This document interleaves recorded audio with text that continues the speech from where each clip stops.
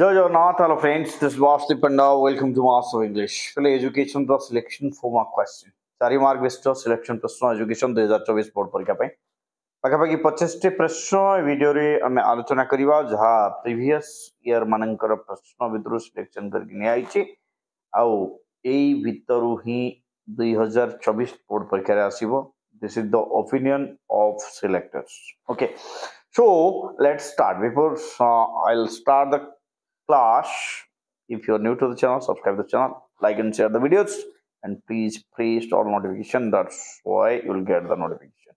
Either else not get it. So जीवा पहले सीधा देखिवा कौन रही सिलेक्शन प्रश्न 4 प्रश्न आसना बोर्ड परीक्षा पे. प्रथम प्रश्न होची परिवेश प्रदूषण जेकोसी तीनोटी कारण बुझाओ. 2 नंबर प्रश्न होची थंडाइक प्रस्तुति नियम रे कि श्रेणी गृह उपयोगिता अछि. 3 नंबर प्रश्न रहिला शिक्षा रे सूचना प्रयुक्ति विद्या तीनोटी अपकारिता उल्लेख कर. परवर्ती प्रश्न शिक्षा रे अपचय आबद्धता मध्य थिबा पार्थक्य दर्शाओ. देन आइला शिक्षा रे अपचयर जेकोसी तीनोटी कारण उल्लेख कर. तापर आइला मध्यमार जेकोसी तीनोटी व्यवहार लेख. परिवेश शिक्षा जेकोसी तीनोटी लक्ष्य विषय बुझाओ. मूल्यबोध शिक्षा निमंते पाठ्यक्रम आधारित जेकोसी तीनोटी उपाय आलोचना कर. देन आइला सार्वजनिक प्राथमिक शिक्षा रे लक्ष्य हासिल रे असफलतार कारण जेकोसी तीनोटी समस्या विषय लेख.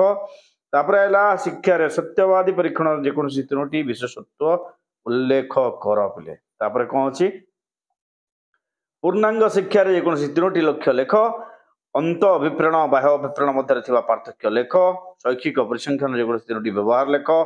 शिक्षा रे सूचना और प्रयुक्ति विद्या तीनोटी उपकार उल्लेख कर पिले.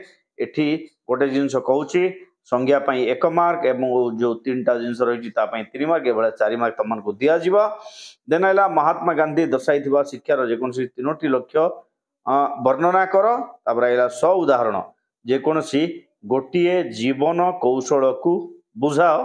परवर्ती प्रश्न ऋषंक मतरे प्रकृत विविध अर्थ बुझाओ. मध्यमार जेकोसी तीनोटी व्यवहार लेख. पंडित गोपबंधु दास को अनुसार शिक्षार तीनोटी लक्ष्य वर्णना कर. शिक्षण को प्रभावित करथबा तीनोटी कारक बुझाओ. तापर आसिला समस्या समाधान कौशल को उदाहरण सह वर्णना कर. माध्यमार और मध्यमा मध्य उदाहरण सह एक तुलनात्मक चित्र दियो. प्राथमिक शिक्षार सार्वजनिकरण उपादान गुडी उल्लेख कर. संरचनात्मक शिक्षण स्थिति रे शिक्षार्थी मानक ठारू कोन सब आशा करा जाय वर्णना कर. परवर्ती प्रश्न होची परिवेश शिक्षा अंतर्गत विषय वस्तु को वर्णना कर पिले.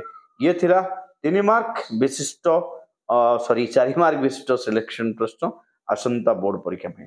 Thank you for watching. Stay tuned master of English. जय जगन्नाथ.